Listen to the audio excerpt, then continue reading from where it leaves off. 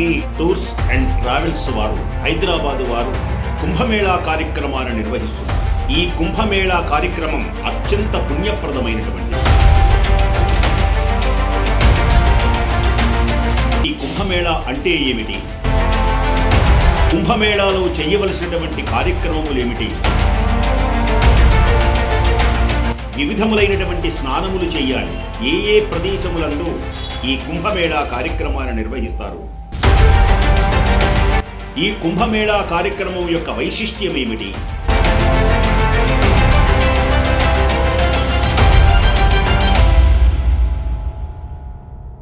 ఓం శ్రీ మహాగణాధిపతయే నమః, సరస్వత్యై నమః, శ్రీ గురుభ్యో నమః.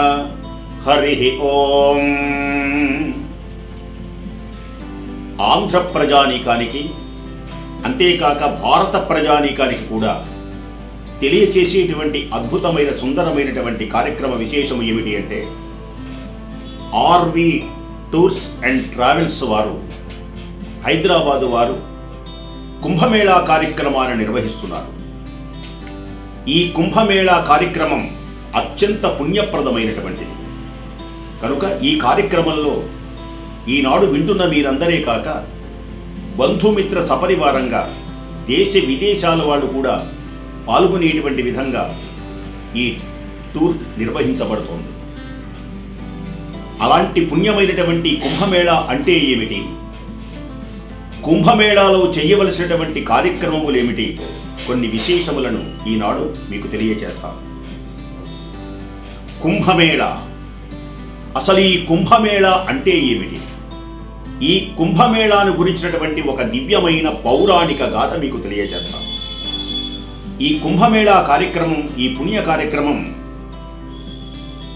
2025 జనవరి 13 నుండి ఫిబ్రవరి చివరి వరకు ఉంటుంది.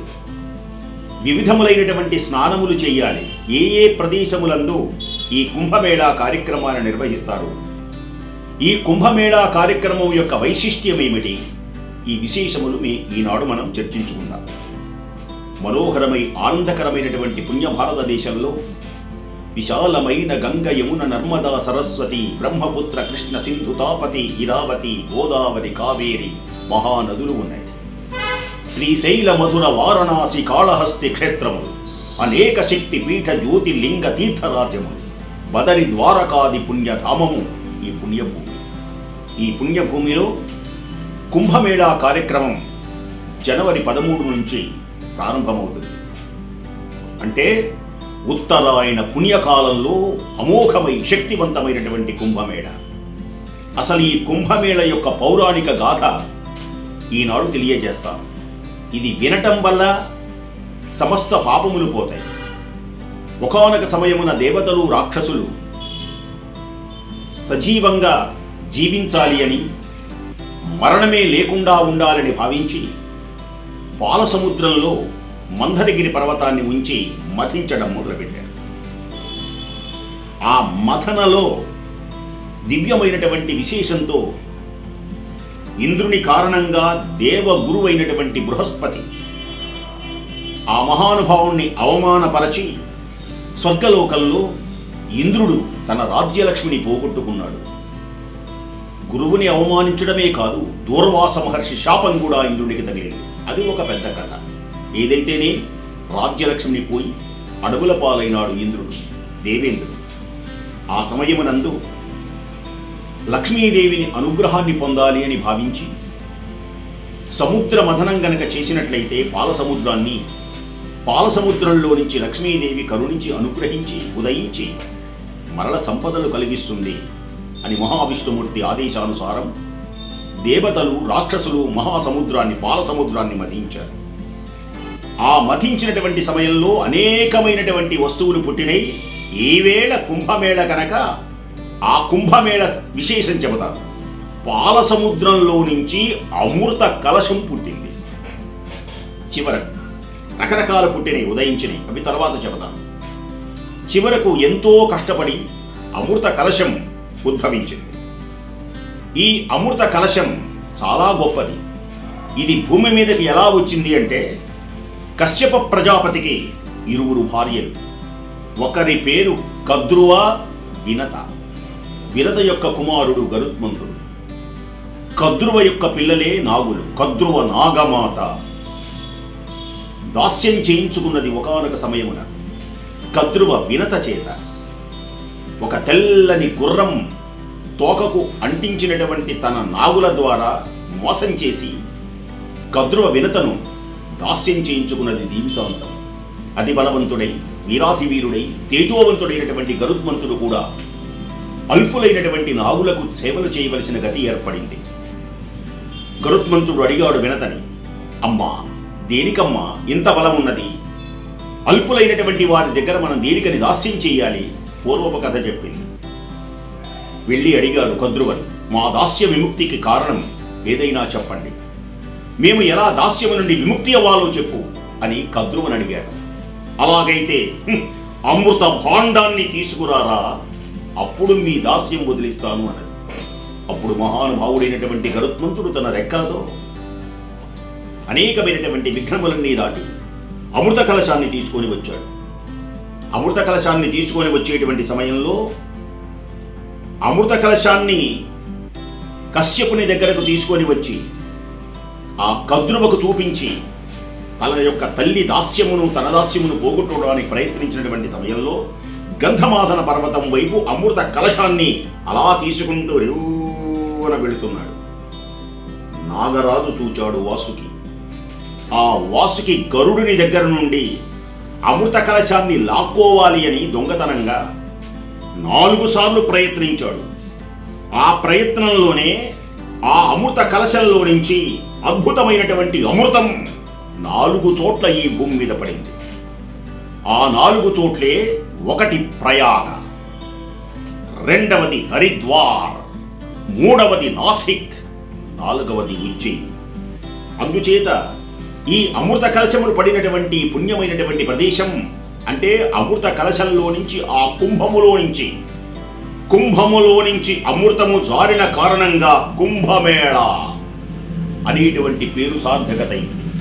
ఈ 4 చోట్ల, ఈ 4 ప్రదేశములలో కుంభమేళ అత్యద్భుతంగా జరుపుతారు.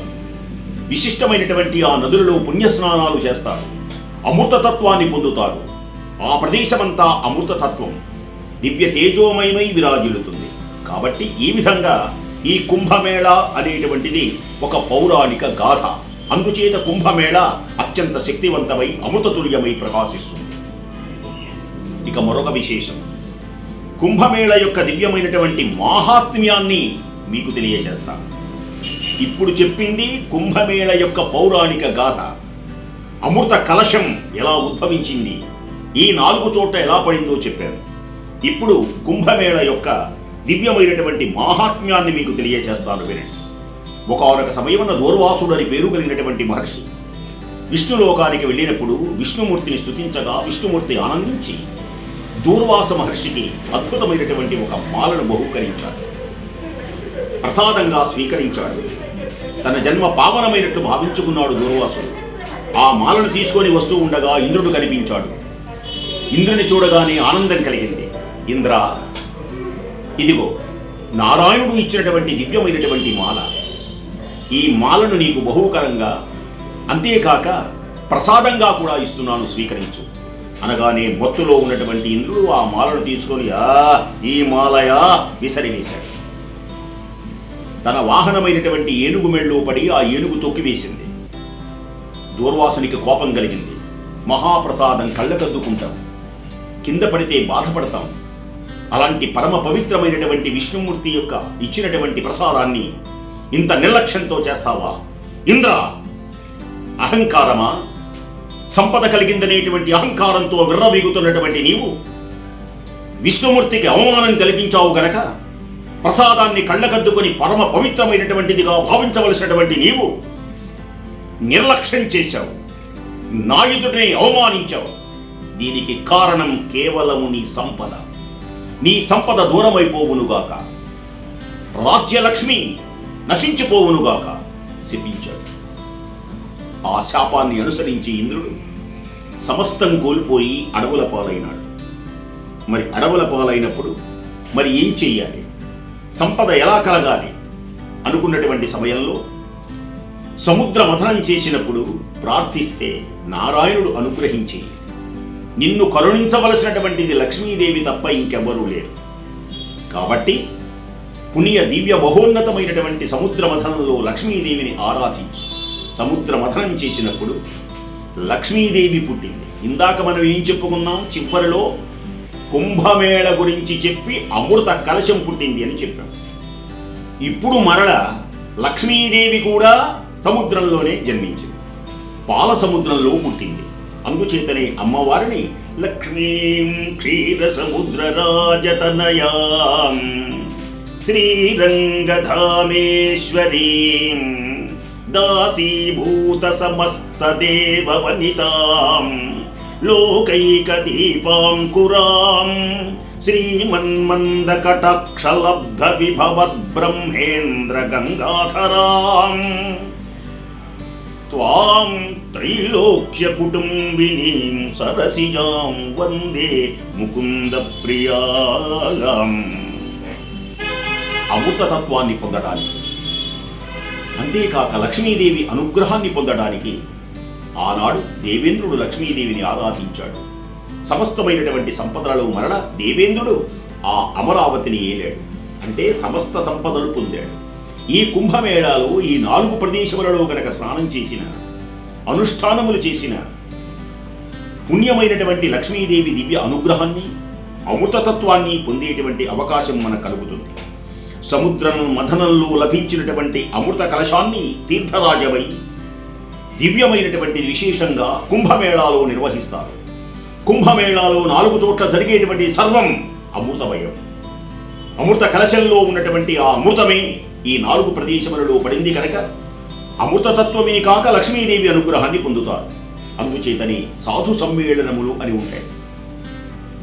అంటే పూర్వంలో వేదాధ్యయనం చేసినప్పుడు 12 సంవత్సరాల తర్వాత యోగీశ్వరులందరూ ఒక సమ్మేళనాన్ని ఏర్పరచుకునేవారు పూర్వంలో. ఈనాడు కూడా అదే. దిగంబర యోగులు, వేలాది సంవత్సరాలు తపస్సు చేసేటువంటి మహనీయులు ఈ పుణ్యమైనటువంటి నదులలో స్నానం చేసి ఈ ప్రదేశాలలో, అంటే ప్రయాగ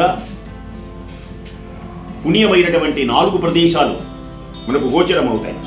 ప్రయాగ, హరిద్వార్, నాసిక్, ఉజ్జయిని. ఈ ప్రదేశాల యందు సాధువులు, యోగులు, మహర్షులు వేలాది సంవత్సరములు తపస్సు చేసేటువంటి వారందరూ సమావేశమవుతారు. అమృతతుల్యమైనటువంటి ఈ భావనతో ఆ నదులలో స్నానం చేస్తారు. ఇంకొక విశేషం కూడా ఉన్నది. ఈ సముద్రంలో పాల సముద్రాన్ని చిలికేటువంటి సమయమునందు ఇతఃపూర్వంలో అమృత కలశం చివరలో పుట్టింది అని చెప్పాడు.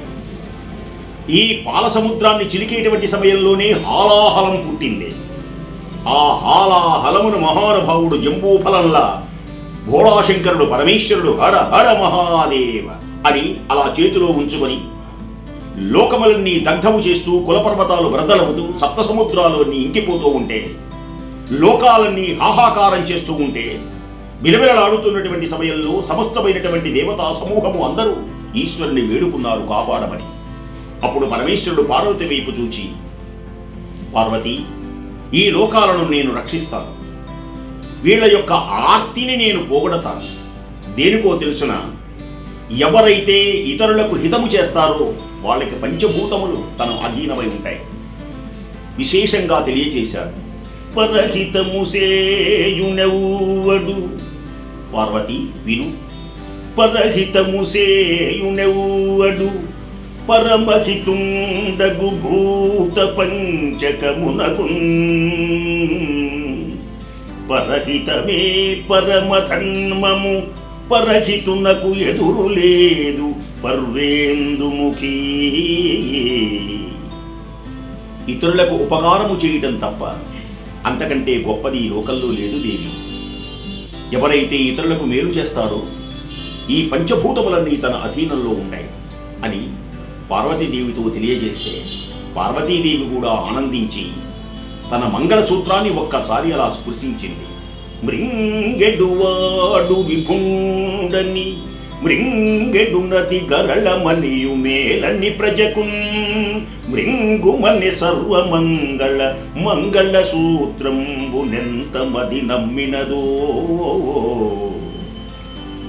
అమ్మవారు అనుమతితో పరమేశ్వరుడు కంఠమున నిలిపి నీలకంఠుడైనాడు మహానుభావుడు. అలాంటి హాలాహలం పుట్టింది.